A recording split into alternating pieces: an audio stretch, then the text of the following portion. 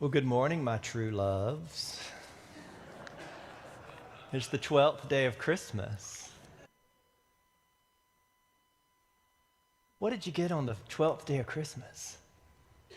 Who knows? 12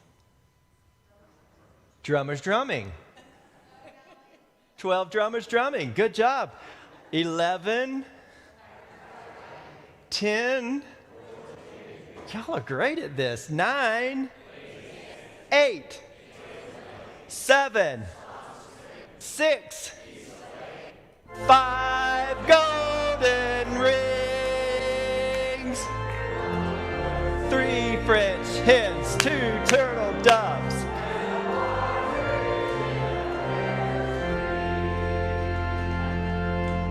That has nothing to do with my sermon. I just wanted to do it.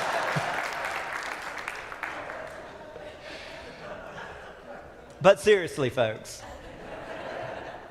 what does it mean? What does it mean for God to become enfleshed?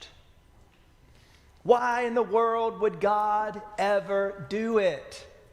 Put on flesh and bone when flesh is so vulnerable, woundable, soft, meek, and mild. These were just a few of the questions that I asked in my Christmas Eve sermon 12 days ago. Since then, though, the twinkly lights of Christmas have begun to fade. We've put away our 12 drummers drumming and our O Christmas trees and packed away our snow globes for a long winter's nap. And in these 12 days, we've traveled with Jesus. These 12 days provide us with little glimpses into those first few days of his incarnation. After the shepherds return to the fields and the angels settle their wings, the Holy Family, Mary and Joseph, and the little baby Jesus jump right into life and into the rituals to which they are accustomed. For example, in Luke's gospel, what happens on the 8th day of Christmas? Well, for the Holy Family, it's not a maids a-milking. On January 1st, the church celebrates the Feast of the Holy Name, the occasion on which Jesus is taken to the temple circumcised and given the name Jesus, a derivative of the name Joshua. God saves. God saves. Yes, the Holy Family indeed, Jesus indeed, even as an infant, begins to live his life. And today, on the 12th day of Christmas, we hear about our true loves, the Holy Family, and they are in danger. What does it mean to become enfleshed? Well, sometimes it means that you have to be on the move. It means that you are a target. So what's really going on here? Well, maybe to help set the stage, help you imagine a little bit, I don't know if you can imagine a space in which a political leader is so obsessed with himself that he wants to erase all other people. I don't know if you can imagine a space in which a ruler is so obsessed with his own voice that he wants to silence all the others. And I don't know if you can imagine a space in which a leader doesn't want to share the spotlight with anybody and wants to focus all the light on himself. It's not a new situation. In Matthew's gospel today, we hear about Herod. Remember Herod? He's the one who woos the 3 magi into finding the newborn king. I want to go and worship him, Herod says. But Herod tells these travelers a lie. Herod wants to destroy the Messiah, to wipe out his competition. It's all about Herod and not heaven.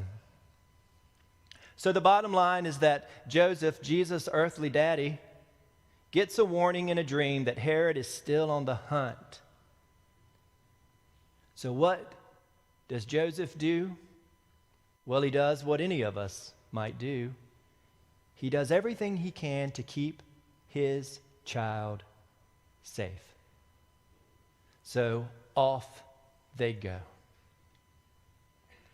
Now, it's true, we don't know much about the historical accuracy of these events.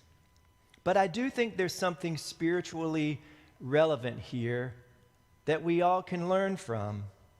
Something that God is up to already. So I think it's very appropriate that Jesus, God made flesh, begins his life on the move.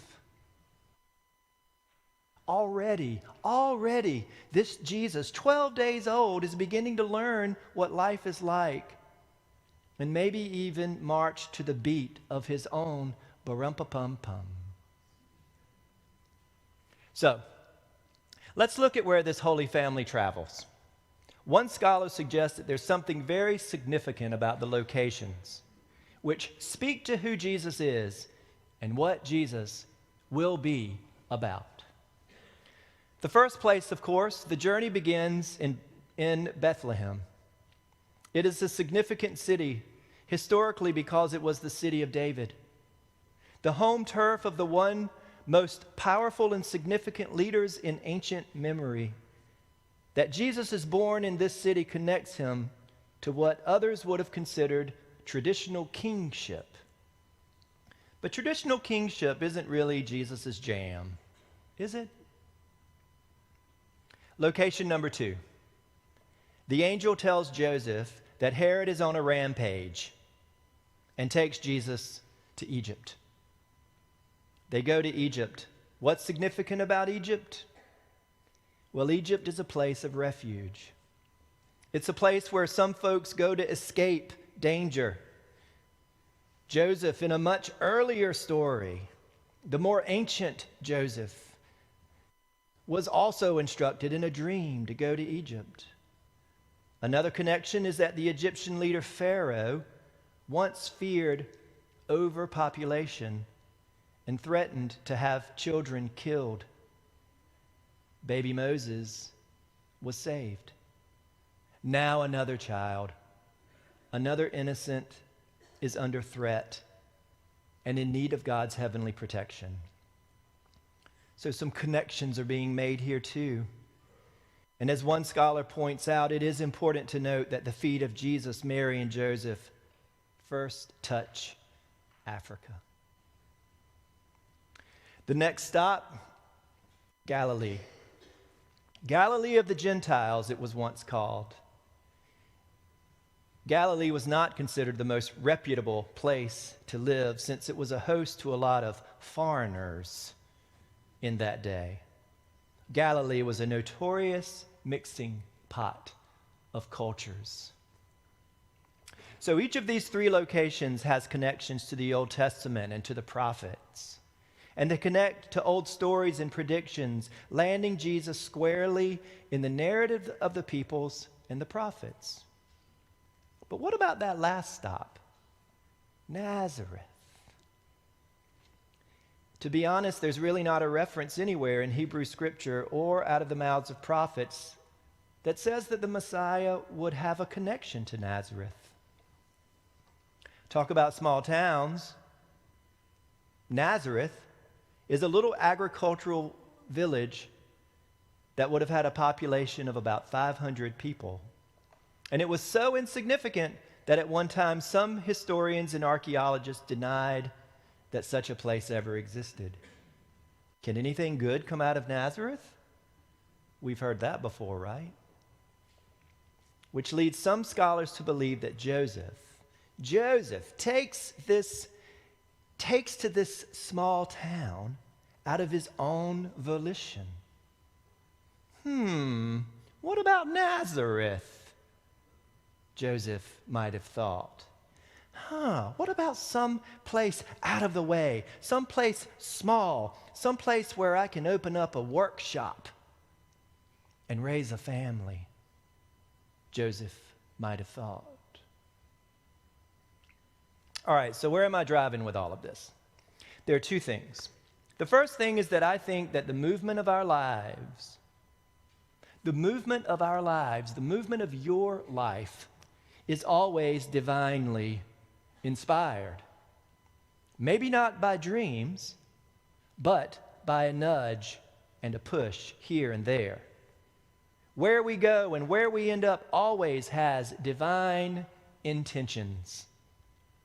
But there's also a little bit of us in it too, right? A little bit of us. I think that Joseph was led by God, definitely, but he also had to take out his own compass from time to time and check in with his own intentions and use his own brain. Sometimes our own leadings can take us down wrong paths. I know that's true. And sometimes, if we're listening, they can take us to small villages where power cannot find us. And the second thing that I think is going on here is that all of this movement, this traveling from place to place, Jesus early, imagine how hard it is to travel, and then imagine carrying a baby with you. All of that traveling from place to place, all of that effort is because God really wants to get into that great wood-paneled family station wagon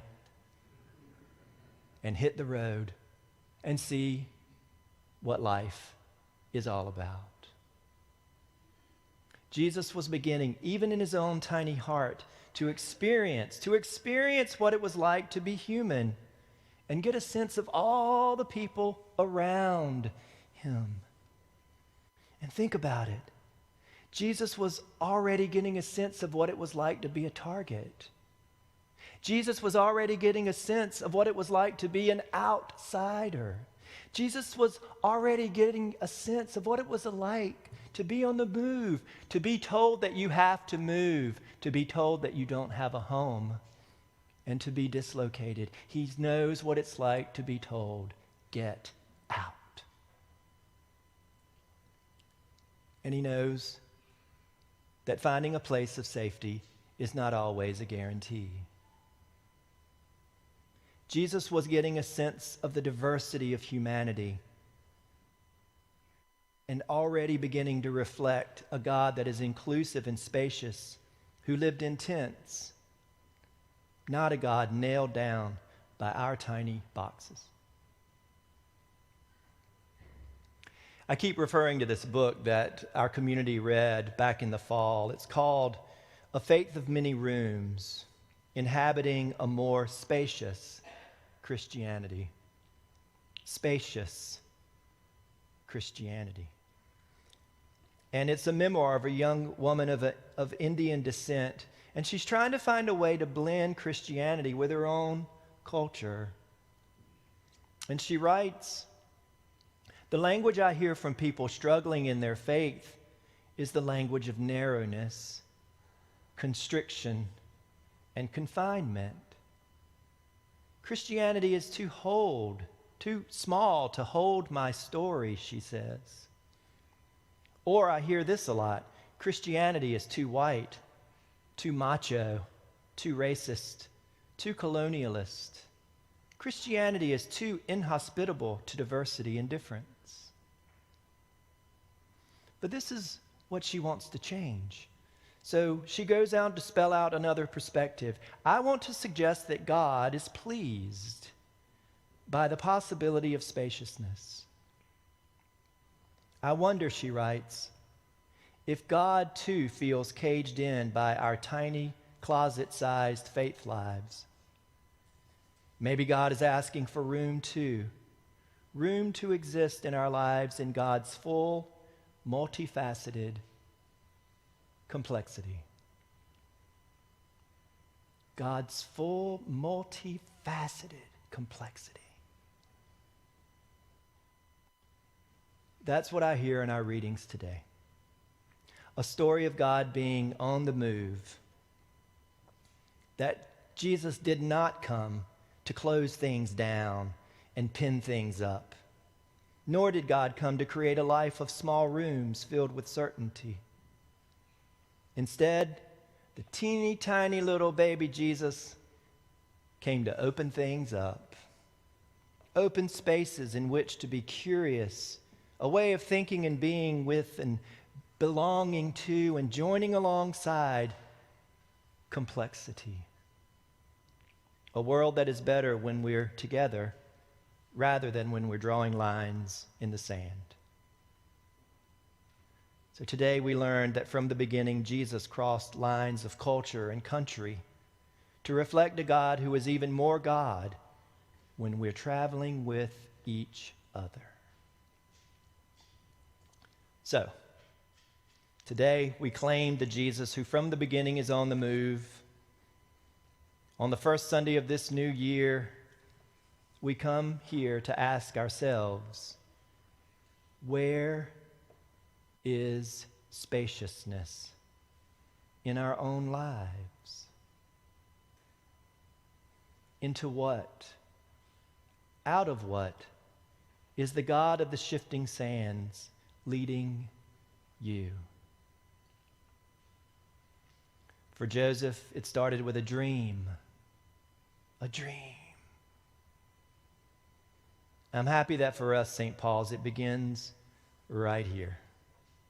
The starting place of all of our journeys, community, word, prayer, sacrament, a tiny piece of bread that leads to a world that opens us up in these 12 days and always into God's dream of peace, justice, hope, love, and yes, if we're attentive, maybe even a partridge in a pear tree.